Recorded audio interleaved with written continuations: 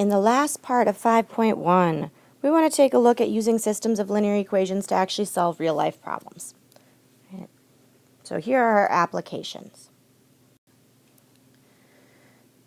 Example 3 says we are modeling with mathematics. A roofing contractor buys 30 bundles of shingles and 4 rolls of roofing paper for $1,040. In a second purchase at the same prices, the contractor buys 8 bundles of shingles for $256. Find the price per bundle of shingles and the price per roll of roofing paper. I need to start by defining my variables. What is x and what is y? All right, I'm going to stick to x and y because it's easier to graph with x and y. Right, but I could use any letters. Okay. I need to know what are the things I was trying to find. So I look at the question, find what?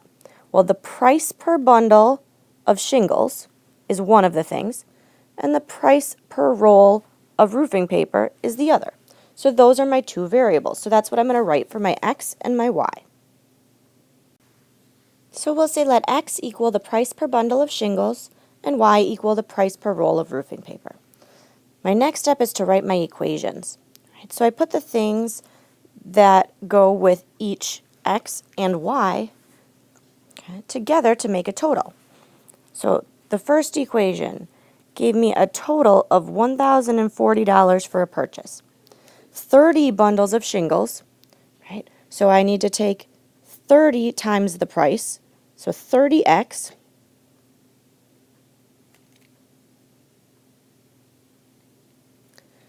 plus 4 rolls of roofing paper, so 4 times the price for roofing paper, 4y, and that's equal to $1,040. Okay. Then I need a second equation. So in a second purchase, 8 bundles of shingles for $256. So now I have a total for bundles of shingles.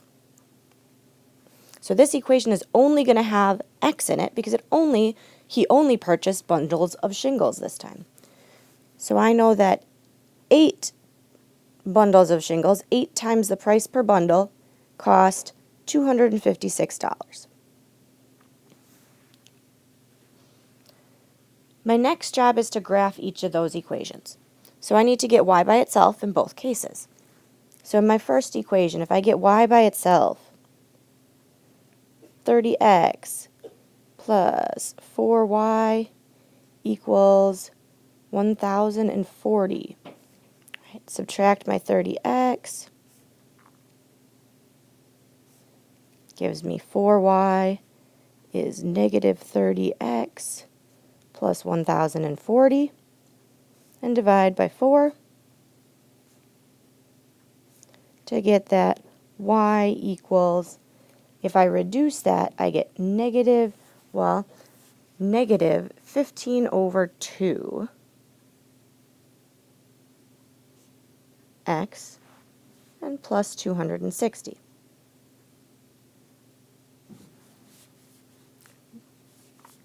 In my second equation, 8x equals 256. There's not a y at all.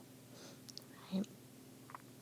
So if I just get x by itself, I know this is going to be a vertical line.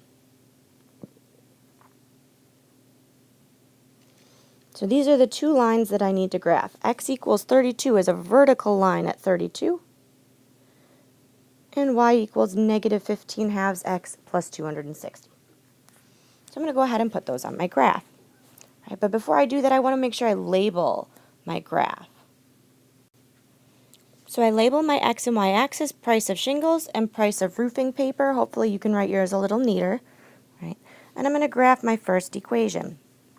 So I start on the y-axis at 260. And I need to go down 15 over 2.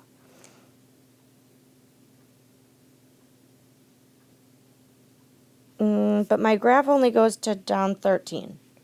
So what do I do?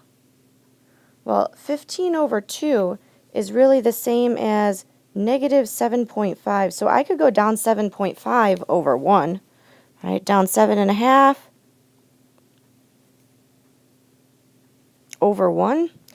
Oh, but wait a minute. The scale isn't the same. Right? So 15 is really going to be not even quite a whole mark there. How do I do that then? Well, maybe this one is hard to graph in slope-intercept form. Maybe it would have been better to find my x and y intercepts, or to plug in a value and get a couple points to graph.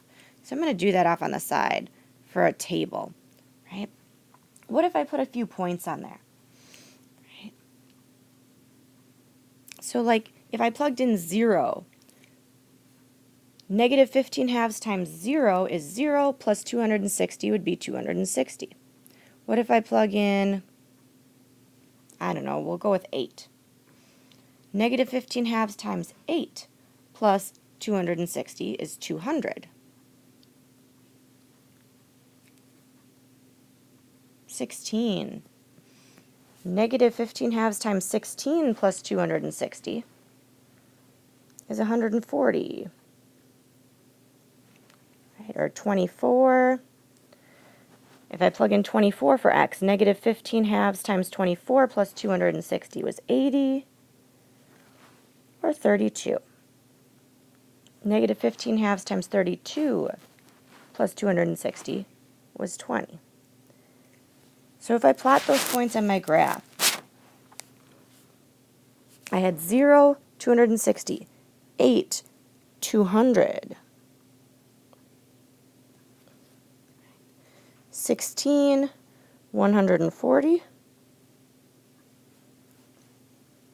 24, 80, and 32, 20,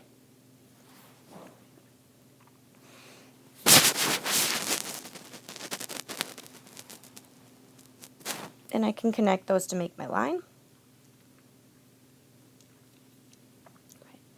Another option, right, would have been changing the negative 15 over 2 to something that fits on my graph. So like if I doubled that and actually used down 30 over 4, I probably could have counted that pretty well on my graph. But 30s didn't fall exactly on lines, so maybe I use down 60 over 8, right? And then I could find those points that way on my graph also. Right? So any fraction that's equivalent, I could use to count values. I also need to graph my second line, which was just a vertical line because it was only shingles at 32. Right. My answer is, where did those intersect? Well, they intersected at this point right here, which was actually the point 32, 20. That tells me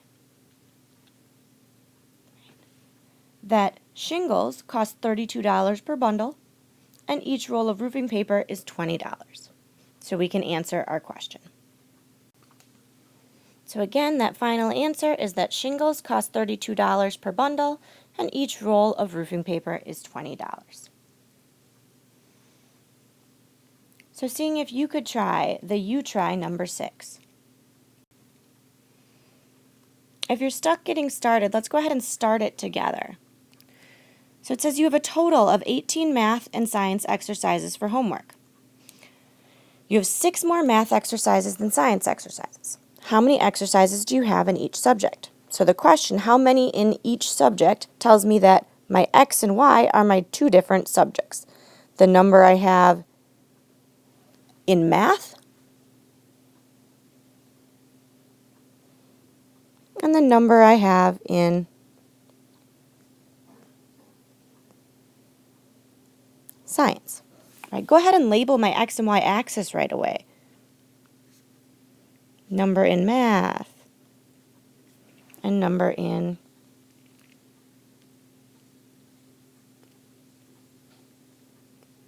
science. Whoops, mine changed color on us there. Number in science, or number of science, right? My equations, I have a total of 18. Right, that's math and science put together.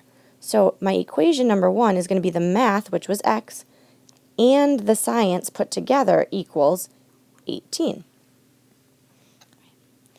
My second equation is the tougher one. Whenever it's written as one in terms of another, 6 more math than science.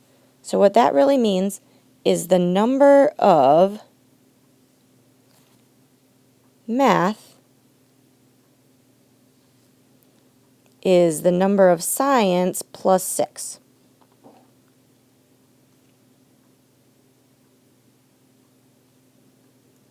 Right, 6 more math exercises means that I have the science plus 6 more to get the math. So the number of math was x.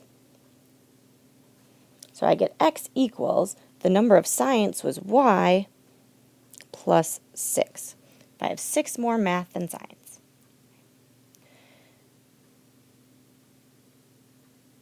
From there, I want you to finish those two.